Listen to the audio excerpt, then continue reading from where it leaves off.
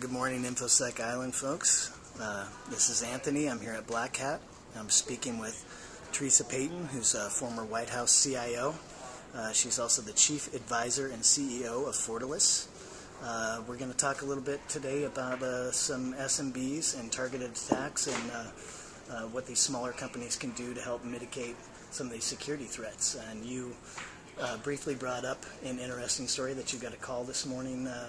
Would you like to elaborate a little bit on that? Sure. So, it really strikes me that here we are at the 15th BlackHat, and, we're still talking. We need to talk louder? Okay. So here we are at the 15th BlackHat, and, we're talking about emerging threats, we're sharing information, we're doing all the right things. But it really dawned on me, considering the call I got at 6 a.m. our time from a small business, and basically they're under attack.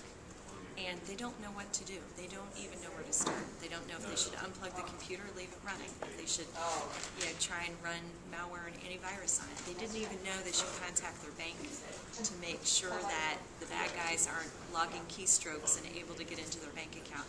So it really strikes me that some of the things that we all have the funding and the resources and the expertise to do, we really need to sort of translate that for small, medium-sized businesses. Number one, they don't have time to even read this stuff. So how do we put tools in their hand if they don't even have time to read it? Number two, a lot of times they don't even have an IT staff. They may have an IT guy that has his own company that's kind of helping them out, or it's the owner's son or daughter. And then sort of number three, what are maybe some free tools that we can make available to them?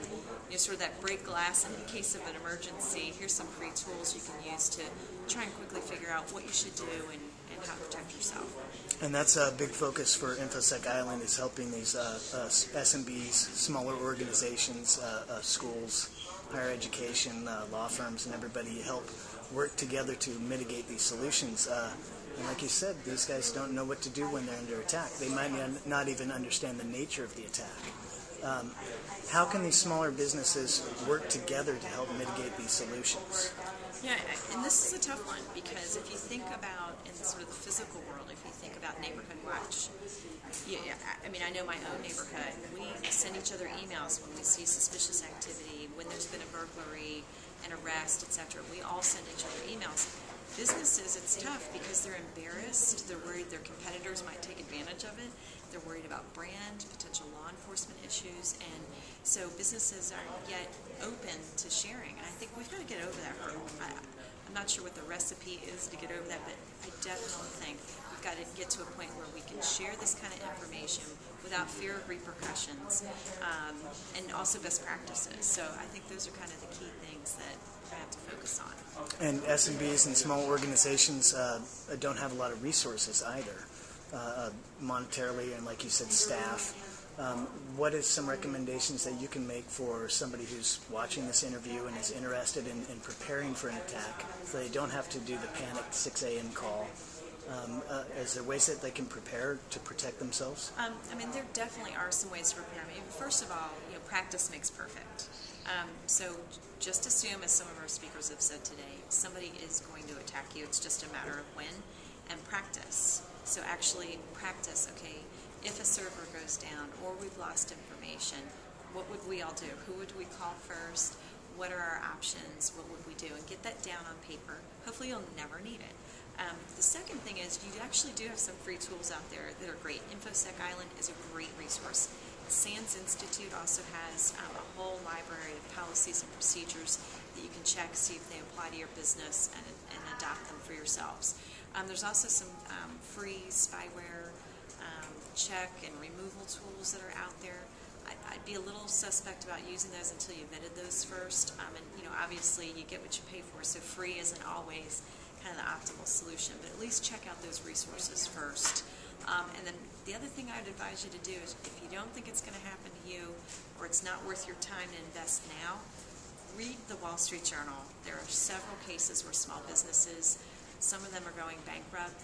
They couldn't make payroll because hackers got in and stole their money. So make sure you've got really good controls on your bank accounts. And if you don't believe me, check out the Wall Street Journal. You can read the case studies yourself. And as far as the kind of information that these attackers might be going after with these small businesses, from your experience, what should they be looking to protect first? Yeah, I think one of the things you need to do as a company is really understand kind of I call it your first class information assets. So do you have a secret sauce at your company?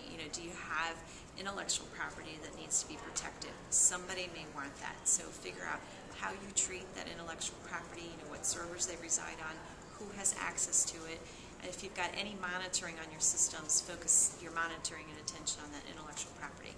If you have any customer information at all, and of course employee information, that's a potential target for identity thieves. So you want to make sure that you're protecting that information as well. And then lastly, think a little bit about who in your company accesses your online banking accounts, and pay close attention to the type of surfing behaviors that they have on their computer, because that make them more at risk to actually have a keylogger installed on their computer. And as far as you're attending the BlackHat conference, what is Fortalice hoping to accomplish here? We're hoping to accomplish a couple things. Obviously, it's always good to connect with new people and reconnect with kind of old friends and colleagues.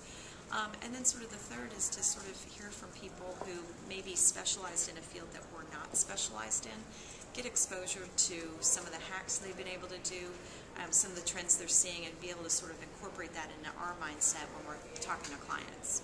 Excellent. Well, Theresa, thank you so much, as always, for giving us your time, and always looking forward to your next contribution on InfoSec Island. Thank you. And enjoy the conference. Thanks.